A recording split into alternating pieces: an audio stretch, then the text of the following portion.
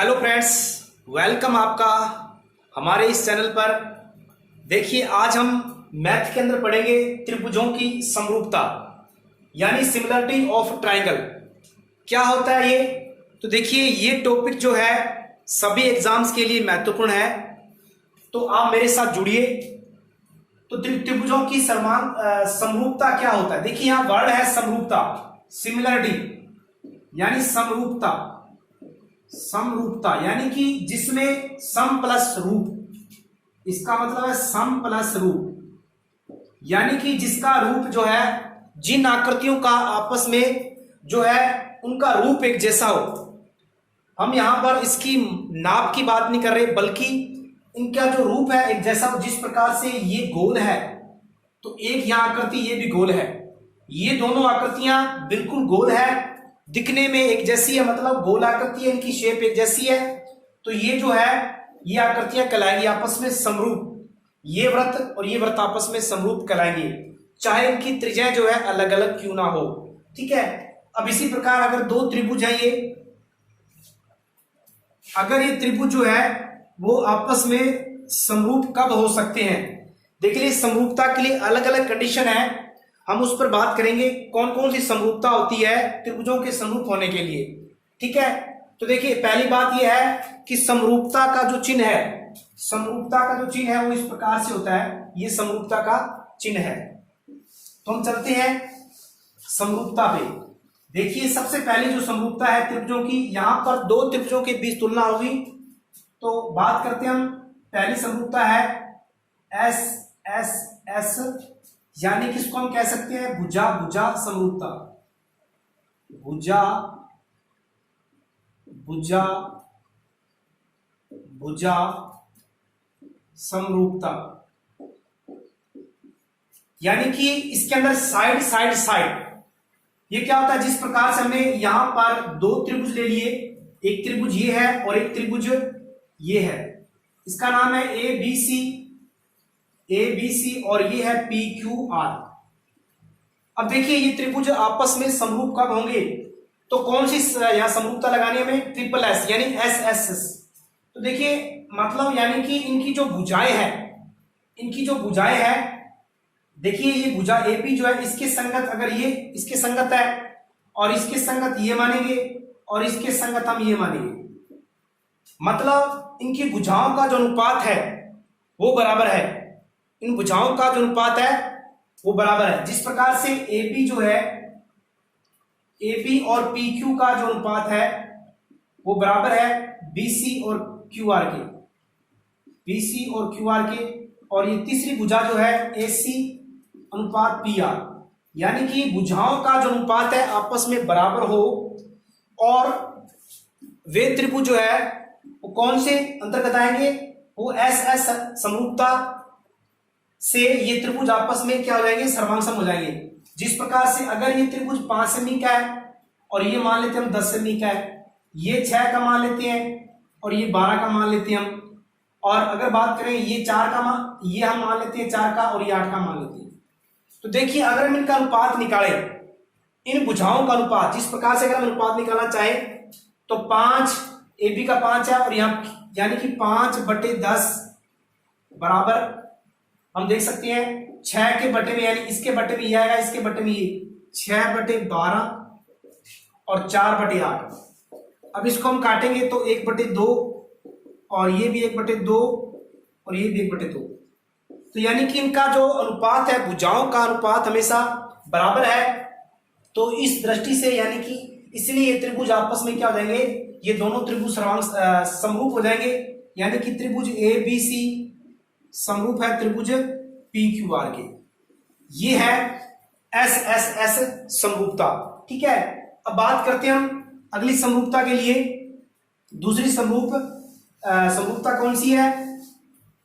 दूसरी है S A S, यानी कि भुजा कोण भुजा, भुजा कोण भुजा समरूपता। देखिए, इसके अंदर क्या है कि अगर आपके पास दो त्रिभुज दे रखे हैं, उन दो त्रिभुजों में आपको क्या दिया हुआ है? एबीसी और पीक्यूआर, इन दो त्रिभुजों में आपकी दो साइडों का जो अनुपात है समान होगा और एक एंगल समान होगा। अगर बात करें हम, यहां पर ये भुजा जो है इस भुजा के बराबर है और ये भुजा सॉरी बराबर नहीं है, इसके समानुपात में है, और ये एंगल जो है इस एंगल के बराबर है। मतलब AB बटे में AB के बटे में PQ आ जाएगा, बराबर में AC के बटे में क्या आ जाएगा, PR आ जाएगा, और तथा एंगल A बराबर एंगल P, एंगल A बराबर एंगल P। देखिए यहां पर अपने को वही, इसमें कोण वही होने चाहिए जिनकी भुजाओं के बीच में, यानी जो भुजाएं समानुपात में है उन भुजाओं के बीच में जो एंगल बन रहा है वही एंगल यहां होना चाहिए। मतलब इसके बटे में ये भुजा, इसके बटे में ये भुजा, इनका अनुपात बराबर आ रहा है और एंगल इनके बीच दोनों भुजाओं की जो संगत भुजाएं जो समानुपात में है उनके बीच का जो एंगल है, कोण है, वो बराबर है। तो इस कंडीशन में ये दोनों त्रिभुज क्या हो जाएंगे, ये दोनों त्रिभुज समरूप हो जाएंगे। एबीसी समरूप है त्रिभुज पीक्यूआर, ठीक है। तो ये हुई एसएएस यानी कि भुजा कोण भुजा समरूपता। अब बात करते हैं हम तीसरी समरूपता की। देखिए तीसरी समरूपता क्या है, तीसरी समरूपता है ए ए ए, या फिर हम कह सकते हैं कोण कोण कोण, कोण कोण कोण समरूपता। यानी कि बात करें हम दो त्रिभुजों की, ये दो त्रिभुज दे रखे हैं आपके सामने और इस त्रिभुज में ये एबीसी है और ये पीक्यूआर है। अब देखिए अगर बात करें हम त्रिभुज के जो संगत कोण है, यानी इस कोण के बराबर ये कोण है और इसके संगत जो है ये कोण बराबर है और इसके संगत जो है ये कोण बराबर है। देखिए मतलब कोण ए बराबर कोण पी और कोण बी जो है कोण क्यू के बराबर हो जाएगा, कोण बी कोण क्यू के बराबर है और कोण सी कोण आर के बराबर है। इस कंडीशन में क्या हो जाएगा, यानी कि तीनों जो संगत कोण है, दो त्रिभुजों के जो संगत कोण है वो आपस में बराबर होंगे। इस कंडीशन में क्या हो जाएगा, इसको बोलेंगे हम ए ए समरूपता। तो ए समरूपता से ये त्रिभुज जो है एबीसी और पीक्यूआर क्या हो जाएंगे, आपस में समरूप हो जाएंगे, ठीक है। तो ये थी समरूपता। अब देखिए समरूपता में हम पढ़ चुके हैं कि बात मेन क्या है कि एक तो उनके भुजाओं का अनुपात जो है वो समान होना चाहिए और साथ में उनके संगत कोण जो है बराबर होने चाहिए। तो इन दोनों की कंडीशन में ही वो त्रिभुज क्या कहलाएंगे, आपस में समरूप होंगे। अब देखिए यहां पर ट्रिपल ए है तो एक और बच जाता है ए ए समरूपता, ए ए समरूपता। तो इसकी इस दृष्टि में अगर बात करें तो सेम यही चीज है कि इसमें दो एंगल, दो संगत कोण अगर बराबर हैं तो भी वो त्रिभुज आपस में क्या होंगे, समरूप होंगे। क्योंकि अगर किसी भी त्रिभुज के दो त्रिभुजों में अगर संगत दो कोण बराबर है तो तीसरा कोण भी ऑटोमेटिक ही बराबर हो जाएगा, ठीक है। तो इसलिए हम कई बार इसको हम ए ए समरूपता भी कह देते हैं, ठीक है। तो ये हुई समरूपता की बात। मतलब मैंने बताया कि समरूपता के लिए हमें क्या चाहिए, यानी दो त्रिभुजों के समरूप होने के लिए मेन कंडीशन क्या है, दो त्रिभुजों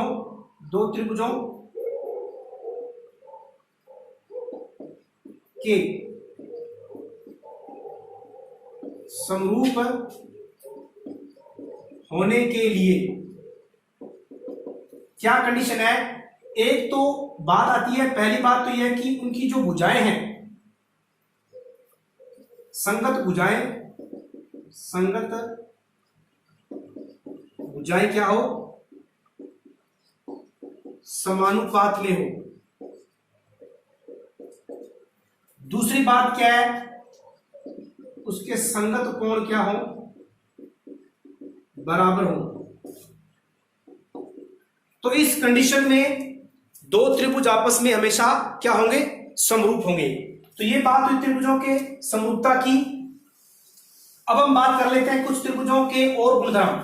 जैसे दो त्रिभुज है, अगर बात करें हम एक त्रिभुज की तो पहली कंडीशन है थेल्स प्रमेय होती है, थेल्स प्रमेय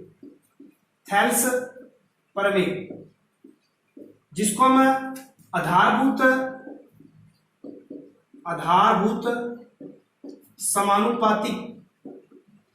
समानुपातिक प्रमेय भी कह देते हैं। ये क्या होती है, देखिए हमें केवल इसके प्रूफ याद नहीं रखने, हमें केवल इसके स्टेटमेंट याद रखने हैं क्या होती है।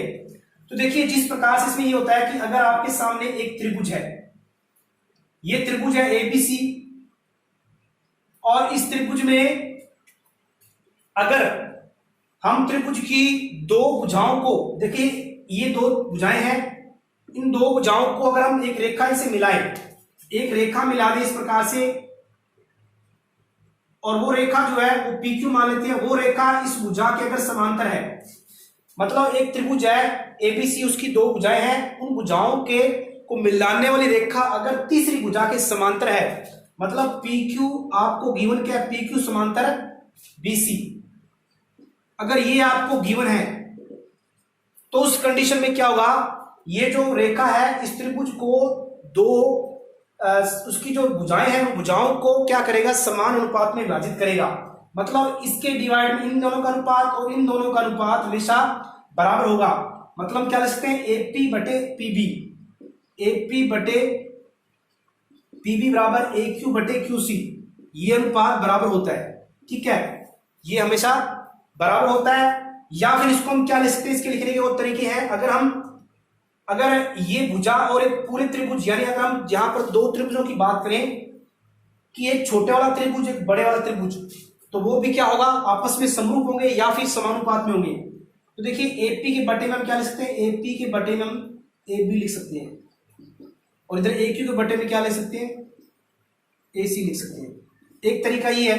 दूसरा और क्या लिख सकते हो आप, दूसरा ये भी लिख सकते हो क्या, ये जो है पीबी बटे में भी लिख सकते हो आप, बीपी, बीपी बटे में आप क्या लिख सकते हो, ए बी लिख सकते हो, और क्यूसी बटे में आप क्या लिख सकते हो, ए सी लिख सकते हो। तो ये लिखने के तरीके हैं तीन, आप इस प्रकार से इसको, इन भुजाओं के जो अनुपात है उसको इस प्रकार से भी लिख सकते हैं।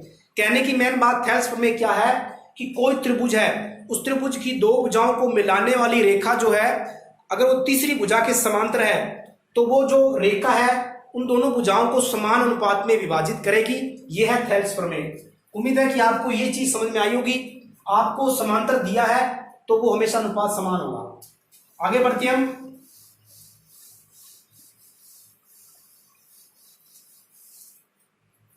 देखिए और क्या हो सकता है इसमें, और ये हो सकता है कि जिस प्रकार से अगली अगर बात करें हम, तो जिस प्रकार से ये त्रिभुज है, ये त्रिभुज है, तो दो त्रिभुज ले लेते हैं हम, दो त्रिभुज ए बी सी और पी क्यू आर। अगर दो त्रिभुज समरूप हैं,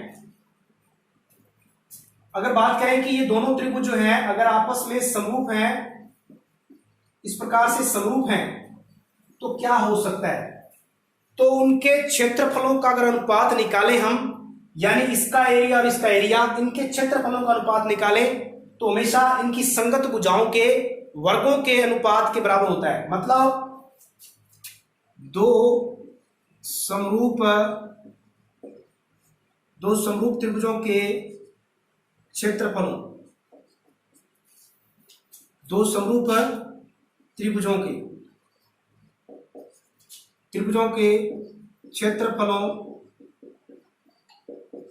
का अनुपात